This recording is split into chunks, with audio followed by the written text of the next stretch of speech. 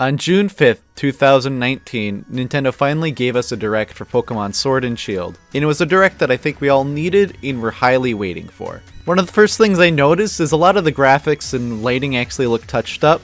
It's not like a huge difference, but you can definitely tell that they went around and they smoothed the edges, and it definitely looks a lot better. And if you look it up, you can actually find comparison screenshots comparing the old look based on the old t-shirt design challenge. You can already tell just from like that one still image that they actually spent some time kind of just fine-tuning the graphics up.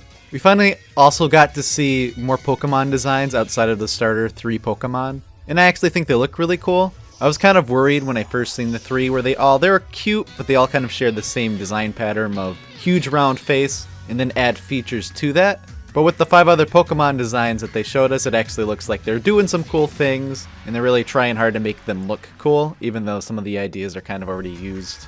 The first one they shown was Wooloo, which is a sheep, and I'm just going to assume right now that Wooloo is basically going to be the Rattata of the game, in that it's going to be your basic normal, has a one-step evolution that's pretty good for starting, and obviously it's really cool, it's really cute, does the whole like sheep European design that the game's totally going to rock with.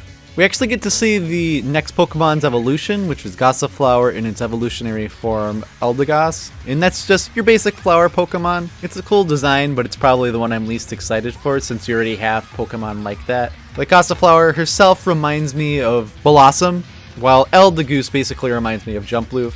Definitely shows that they're going for more aesthetic and detailed Pokemon though, which is definitely really cool because the first starter 3 definitely looked like they weren't doing that. The next one up that they revealed was Dreadnought, which is a snapping turtle. He's actually called the Dread Pokemon, which I thought is really fun. And he's one of the cooler designs, I thought. I'm a huge turtle fan, so I'm super biased by saying that. It does remind me an awful lot of a green Tortuga, though. The next normal Pokemon they revealed was Corviknight, and it's definitely, I think, my favorite of the design. It's the most original as well. And Corviknight is basically, it's an armored crow. And it's dark and brooding kind of thing, kind of like a Dark Knight look, and I feel that's probably what they're going for. And what's fun, and what I wasn't expecting, is apparently Corviknight is actually the one that goes as a taxi service, which they reveal, and that's going to be a service where once you go to a new town, you can actually use a taxi service to go back to old towns. And that's probably a way for you to backtrack a bit earlier in the beginning of the game. Obviously, you're probably going to have to pay for that. It kind of dilutes what flying is, though, if that's how they're going to do it. But I feel like if they make the taxi service enough cash, it kind of balances out that way. They also revealed the main 2 legendaries of the game, and their names are going to be Zacian and Zamazenta. Unfortunately, I kind of think their designs are dumb. They remind me of bad Digimon rejects, specifically Metal Garurumon. They look exactly like him. Zacian's kind of better, he just has a sword, but Zamazenta, his face is a shield, and it doesn't really look cool. It looks really clunky, and their designs are very loud. There's a bunch of angles, jagged edges. They have cloaks. It feels like they probably tried too hard to make them look cool, but instead they kind of have like this weird edgy design, and I'm not a huge fan of that. Who's that Pokemon? It's Pikachu! It's Clefairy!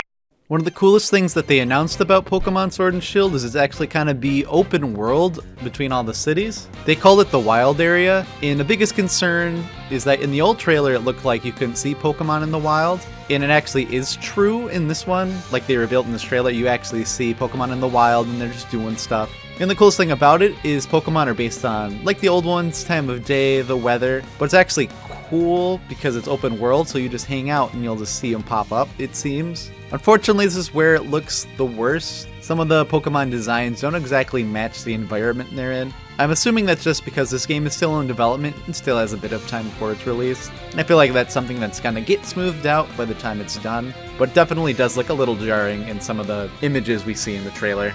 The main new mechanic introduced in Sword and Shield is going to be called the Dynamax. And what that basically is it's another once per battle thing just like Z moves. But what it does is you choose one of your Pokemon and it will become a giant kaiju version of that. And it will change all of their moves to Dyna moves, which are basically improved versions of those.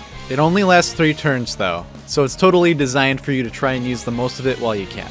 The Dynamax system kind of makes it kind of ironic with the Toho collaboration, because I don't know if they intended or knew about kaiju Pokemon. I definitely would love some kind of like mini movie or some kind of commercial where you basically have like a Godzilla versus a Dragonite. I might be the only person in the world that wants that, but sure does it look cool in my head when I think about it.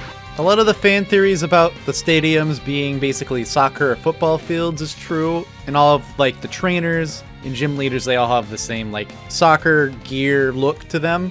And like the design in the open roofs of the coliseums and arenas is actually designed to work with the Gigamax system. And it seems there's actually like a hype meter in the battles, so like the audience will rile up as you're doing cool like Gigamax moves, which are like apparently going to be a really important factor into the gym battles.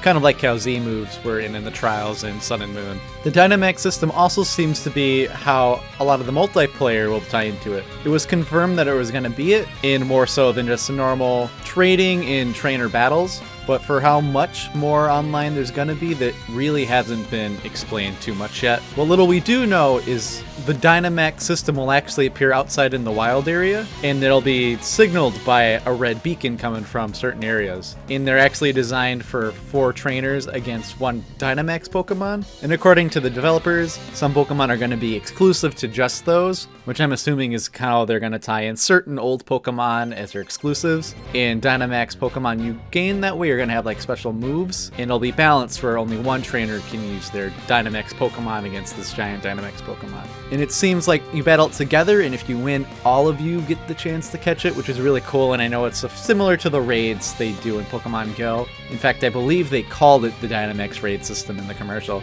Other than that, I'm not sure what it entails for multiplayer. Like in the commercial, you never see multiple trainers running around the fields at the same time. So I'm not sure if that's going to be possible or if it's just not in the build yet where they felt like that could be shown. Game Freak also finally gave us a release date. Pokemon Sword and Shield will be releasing November 15th.